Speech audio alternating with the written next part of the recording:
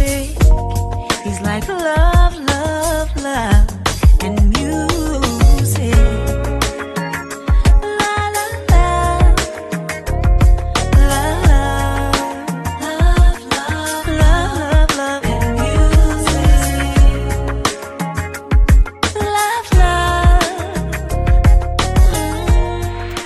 Love, love. Hello, everyone. Thank you for tuning in. I am Jay Lee. This is Jay Lee's Corner. This is my review for Empire. This is season 4, episode 13. It is 3:07 in the morning. Yay! So let's hope this is my last review for tonight. Color today is one that I've always worn, or that I've worn before. It's Kat Von D. The color is Roxy, but yeah, I've worn it before. See? So yeah. But quick little notification: if you are wondering why you do not get notifications for some of my videos, YouTube has some kind of glitch or whatever. A lot of people are complaining that they don't get notifications that people they are subscribed to. They're not getting notifications if you're live, if they are putting up new videos. So my suggestion to you is follow me on Instagram. You know, I do put up every day what videos I have posted the night before. As y'all know, I upload very late at night. So typically before I go to bed, I will either before I go to bed, when I wake up in the morning, I will put up which videos I've uploaded over the night. So that could be a way for you guys to always know which videos I have up. I also post other crazy stuff on my Instagram that I do not post on YouTube because YouTube is just asshole sometimes. But yeah, so follow me on Instagram. The link to my Instagram is in the description box below. I'm so sorry, y'all. This water is going crazy. But I keep drinking water to keep me woke. So yeah, so if you haven't followed me on Instagram, go ahead and do that. Or, you know, just kind of keep popping in and see what my videos I have that are up.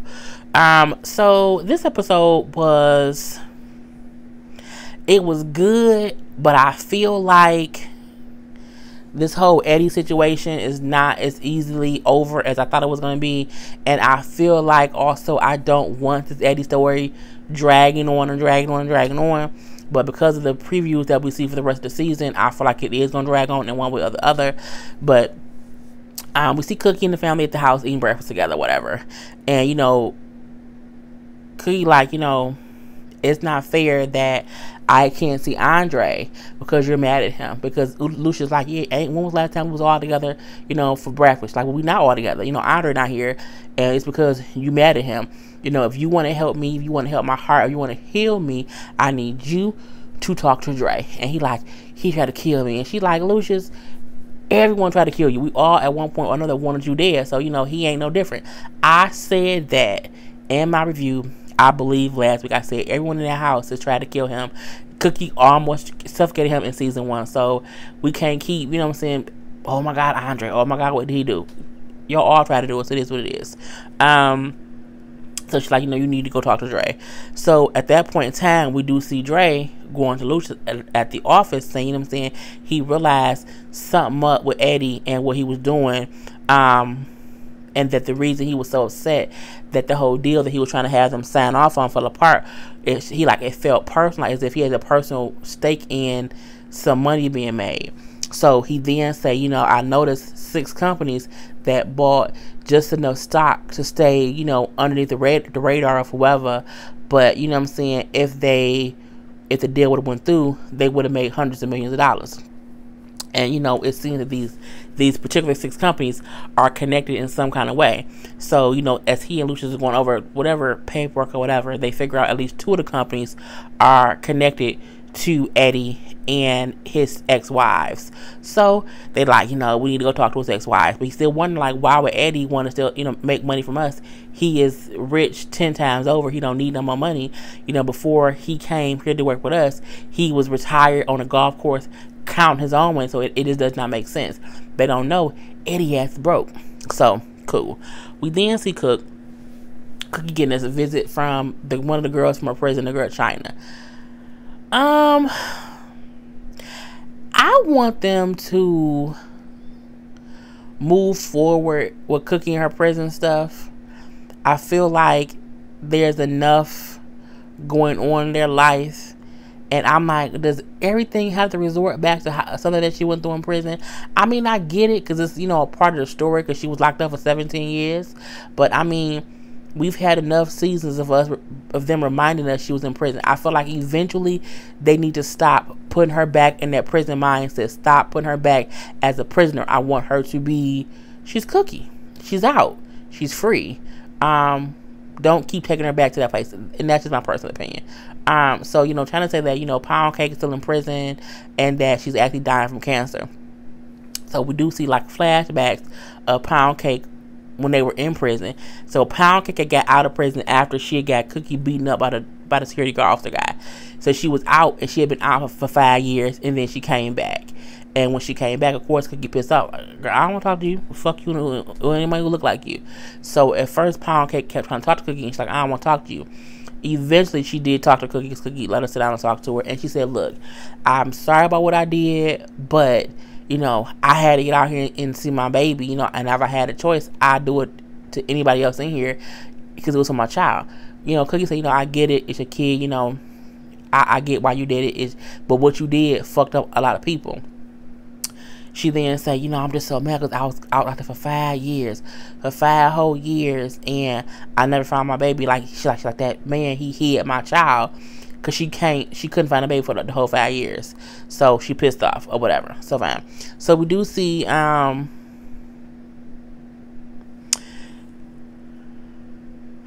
think they think the CO hid the baby. Well, no, they noticed the CO hid the baby. So we do see Cookie go to see Pound Cake in prison. Pound Cake, sure enough, up in that bed, laid up, looking sickly or whatever. And you know what I'm saying? She's out, even all these years later, she still ain't found her baby. Don't know where she is, but she's telling her, Cookie to, keep Cookie like, yeah, my kid's doing okay, except my oldest aunt, my oldest is crazy, she my oldest is going through some things, but I don't want to talk about that. And Pound Cake, well, just keep them close, just be happy that you have them, because I still don't have my daughter, I still don't know where she at, and then she say how I have these thoughts that she's like in college, that she has my spirit, that she has a boyfriend or a girlfriend, and I'll be okay with either one, that she's happy, and that, she has a good life or whatever. And she's, of course, sad and crying because she's like, my baby missing, I'll never get to know, she'll never get to know that I did not want to give her up. So Cookie crying, Pound Cake crying, and Cookie say, you know what, girl, I'm going to find your baby, and I'm going to bring her here so you can see her. I think that's nice. Okay? So I'm gonna leave it at that. I do wonder who they're gonna have be her daughter. I felt like, what if her daughter was like Tiana? Wouldn't that be crazy? You know what I'm saying? Anywho, so yeah, we then see Cookie goes to the CO's house. The CO that raped Pound Cake will beat her ass. She went to his house. Her and Portia go to the man's house, which Portia was in the car. And, the man has a whole wife. He old now. He like, oh, is that you? Hey, girl. Acting all nice. And she looking like, I could kill your monkey ass. And so they, the wife and him invite her in. She looking at like all the pictures and stuff over the walls. Oh, so how y'all kids? Like, oh, we never had kids. Unfortunately, I just never was able to have them. So, we just never had any kids. Which he like, so he was out here raping these girls, and he raped Pound Cake, who had his only baby. So the wife was like, yeah, he would always come home telling me about his girls and how he helped y'all so much and how y'all looked up to him, and Cookie like, this man had a whole lie going on to his wife the whole time he in the prison, raping and beating and abusing women. He got his wife thinking he's this great, great, great man. It was some utter bullshit. So, the wife go in the kitchen to like make some tea or some crumpets or whatever. And Cookie like, he like, what you doing here? Or whatever. She's like, look, I got enough to bury your ass. Like, well, you can't even be here because, you even being you can't come to an officer's house. It's like against your parole or probation or whatever. Who gives a hell? Okay, at this point. She like, look, I done had the governor in my house. I have enough to bury your ass for a long ass time, and I can blow up your whole spot by telling your wife what you really did.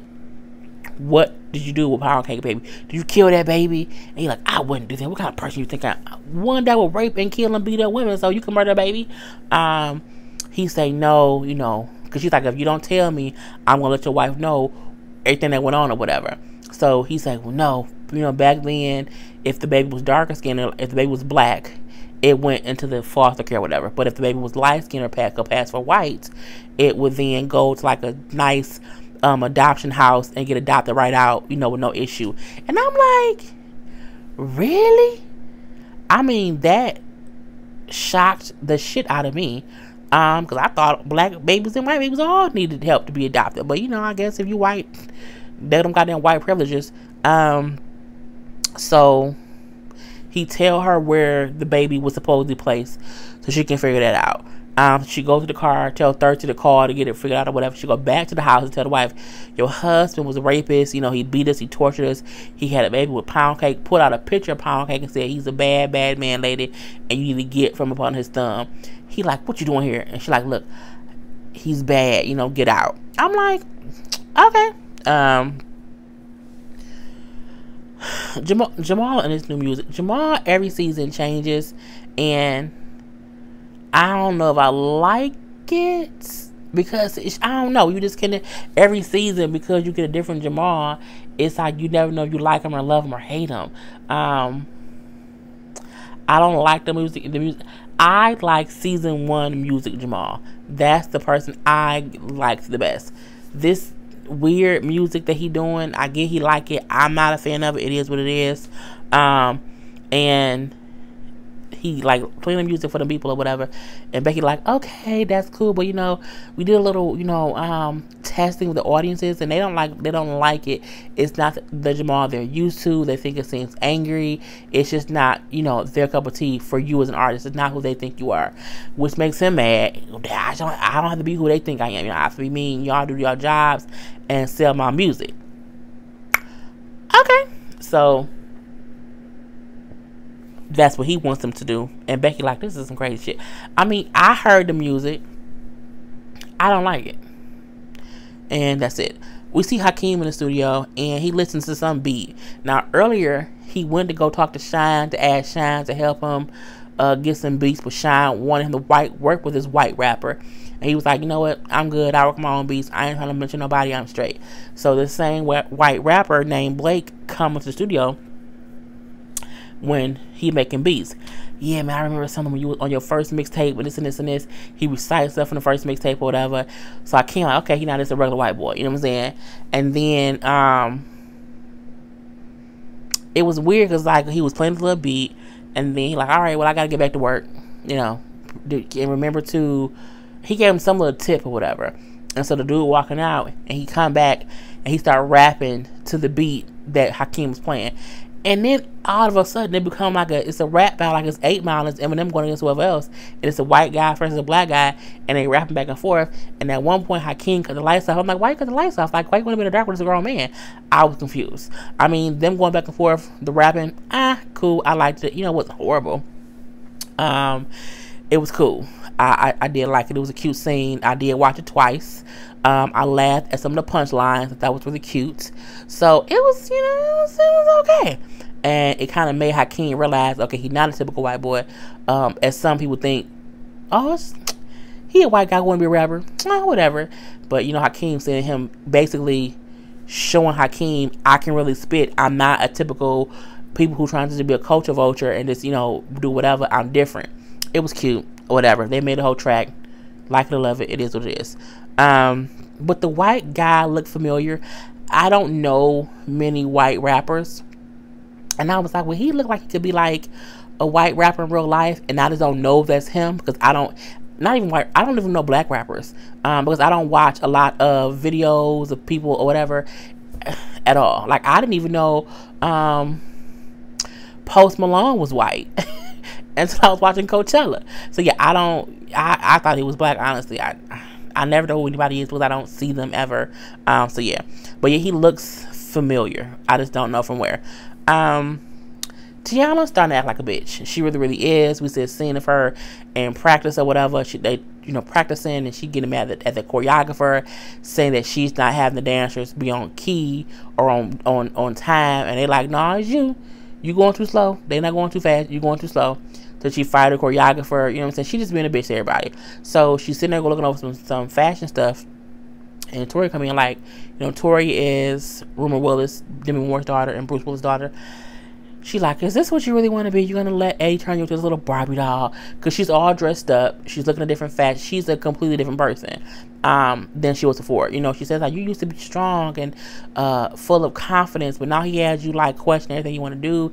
Are you even happy with what he's doing for you? it's just crazy how you're letting him, change your whole self. And then she's like, you know what? You're just bye, bitch. I mean, she didn't say bye, bitch, right? She didn't say how I would have did it.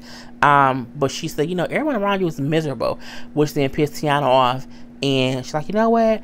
I'm gonna be a bigger star than you, and when I am, I won't need drugs to do it. I'm like, oh, you can't tease people who used to be on drugs about drugs, because it makes them go do more drugs.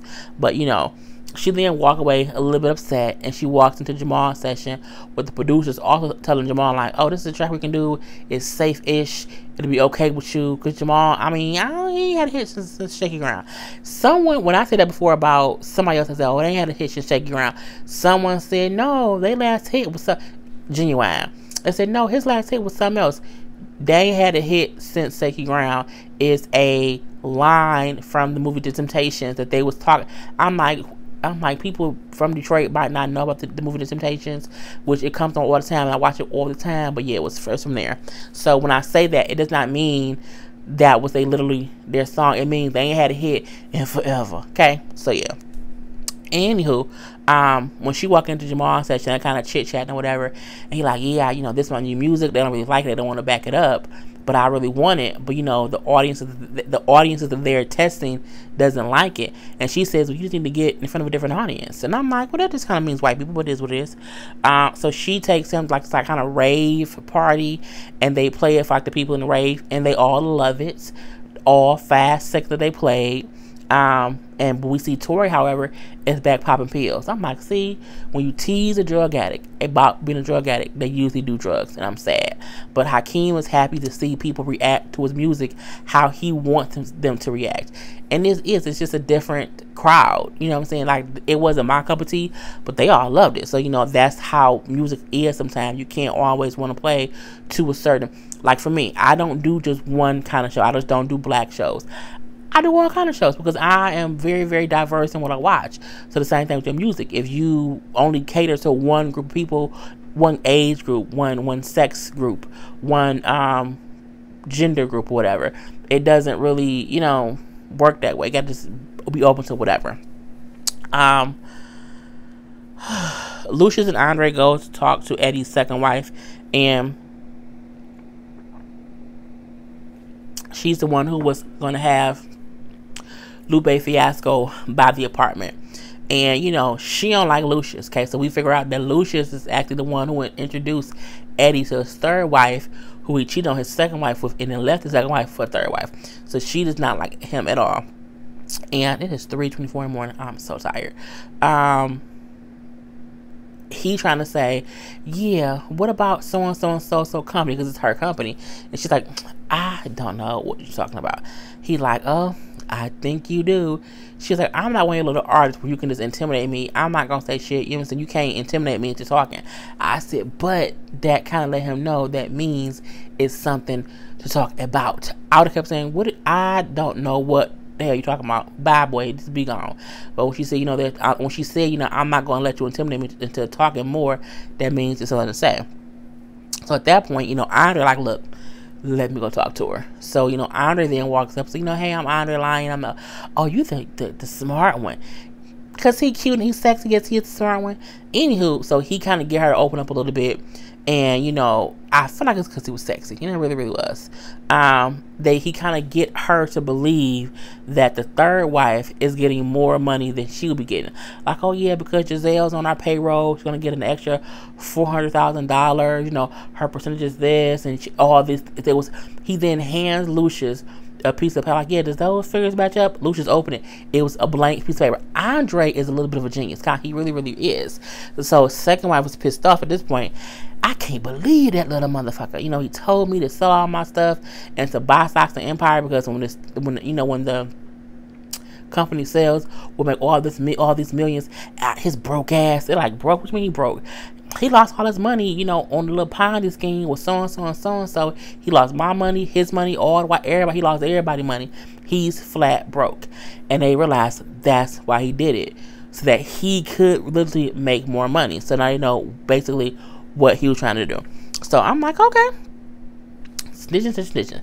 So at this point, we see Lucius and Dre at at the company, realizing not only did he do that, but he had made all these shell companies, and had he succeeded in one having them sell Empire, but then him getting a stake of it and all this stuff, it would have been called insider trading. So they all would have been, like getting some federal time. So he would have got his own money, but he would have got them all fucked in the end of the day. So at that point, Lucius, like, he realized Dre really came to the rescue, had his back as always. He like, you used to always have my back in the day. What happened to my son? What happened to you always having my back? Dre then says, March 22nd, 2005 at 11:37 a.m. That's the moment I was diagnosed with bipolar disorder. And from that moment on, you saw me as your damaged son. And, he like, but you are damaged, aren't you?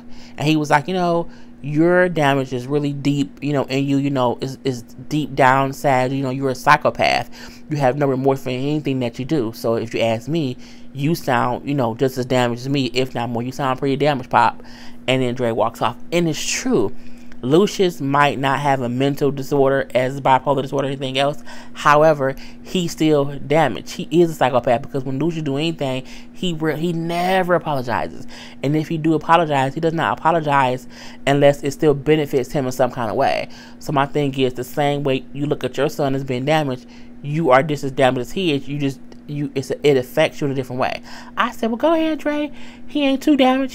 He got your ass together. So, we see Hakeem leaving the studio. Him and Exhibit, or just him and Shine is about to go to a strip club. They didn't get made a song or whatever. As they leaving, he sees Tiana practicing her stuff. So she dancing and falling and dancing and falling. And she all sweaty or whatever. I'm like, she looked like Jessie Spano. She about to have her whole Saved by the Bell moment. Hakeem is Zach.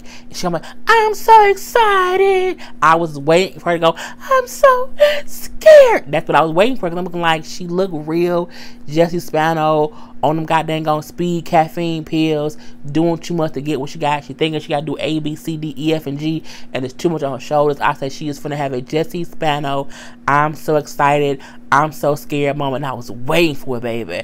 And, Hakeem said to her, what I'm saying, you've been really tripping lately. Like, what's up with you? Eddie said I have to be perfect. Eddie said this. Eddie said that, I can't have any distractions.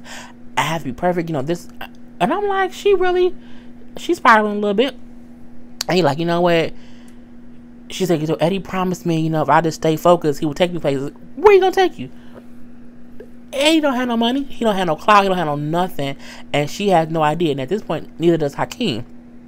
And he said, what? All right, whatever. And she's still sitting there. I'm waiting for her goddamn just spell moment. It's gonna come eventually. I don't know.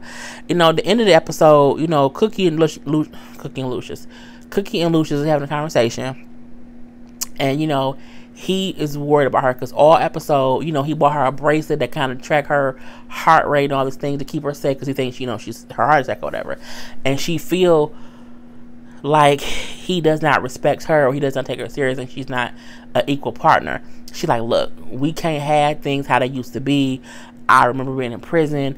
I remember, I saw someone missing a child today. I saw a wife stuck in a marriage with a monster or whatever. She's like, it can't be the same way it's been. You need to respect me. You need to, I don't want to have half of what's yours. I want us to share what's ours equally and it not be an issue. I'm saying? I want to be partners in business and in life.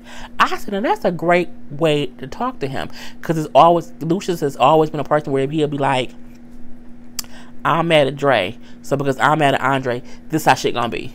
And it's not fair to Cookie. And he do that with it. And she's like, we can't have, it can't be how it used to be, where you want things your way and we have to just kind of live with it. I'm not gonna live that life. I'm not gonna be that one with this man all these years who been lying to her, cheating on her, battling to be the number one person in the person, all this bullshit. Like, I'm not gonna go through that. We need to be partners in this. And then he like, I respect you so much. He hugged her, and they was kissing and stuff, which means they probably wouldn't have had sex. But whatever, they didn't show that.